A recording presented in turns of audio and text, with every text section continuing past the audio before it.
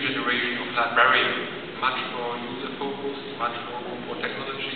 I would like to give the floor to Frank to give us some ideas of that, what they are doing, and what you think we should have in about 10 years. What are the skills you think we need for the new librarians, the next generation librarians? Well, thank you.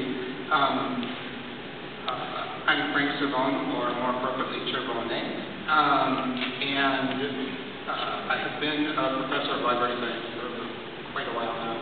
I also have a new position as Vice Chancellor for Information Services, and so I'm really kind of looking at this from both places now.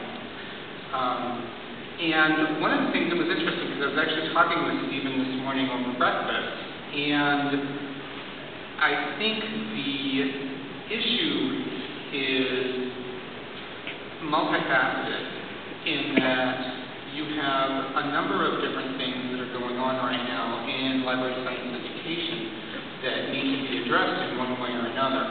One of them, of course, is the sort of ubiquitous question of what are we doing for new librarians? Well, in the United States, and I think in most of Europe, what we're doing seems to be quite appropriate in most cases, as far as developing the newer skills in our librarians.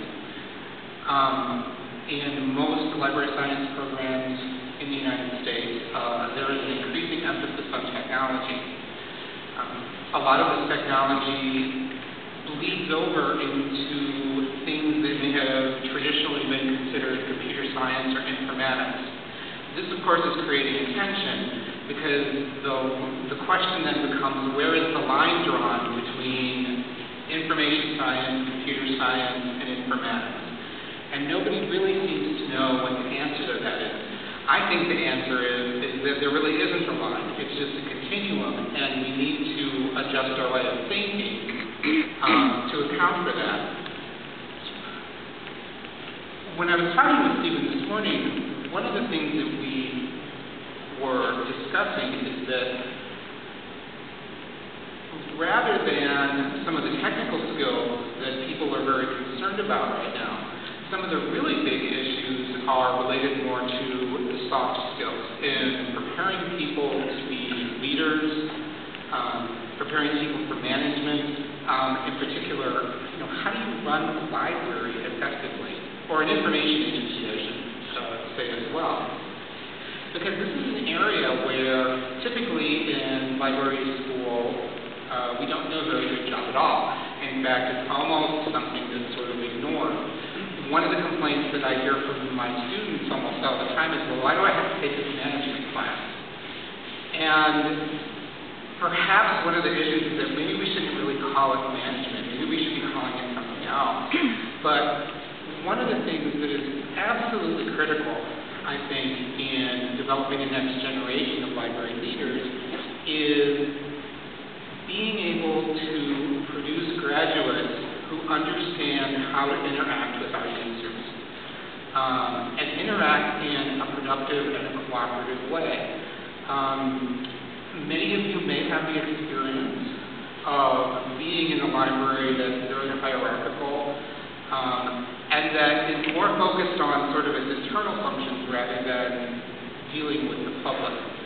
And I think that that's one of the areas where we really have to change our way of thinking. This leads to sort of the second part of the equation, which is much of the issues related to library science education is not necessarily, in my opinion, how we educate new librarians. It's to a great degree how we re-educate folks who have been in the profession for a while.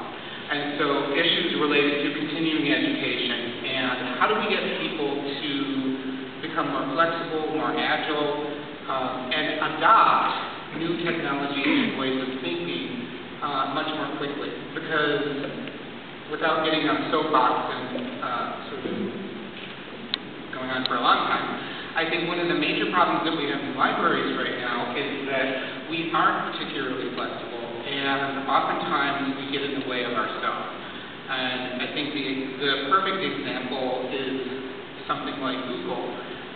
For so long, libraries spent an incredible amount of time arguing against, resisting Google, Wikipedia, things like that. Rather than being actively involved in trying to shape the discussion, what has often happened is that we've withdrawn from the discussion or said, oh no, that's not very good.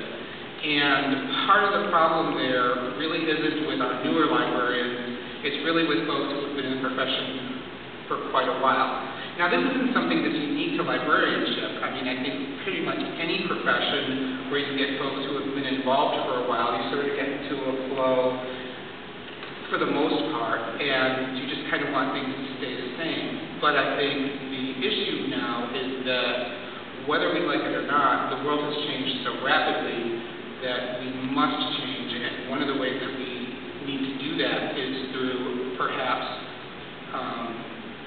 require continuing education. Kind of going back to a theme that Stephen had mentioned yesterday, librarianship is really one of the few professions where people do not have continuing education. So for at least in the United States, lawyers, doctors, even teachers, all have to have continuing education throughout their careers to make sure that they're updating their skills. And we need to make sure that we do the same thing in librarianship. So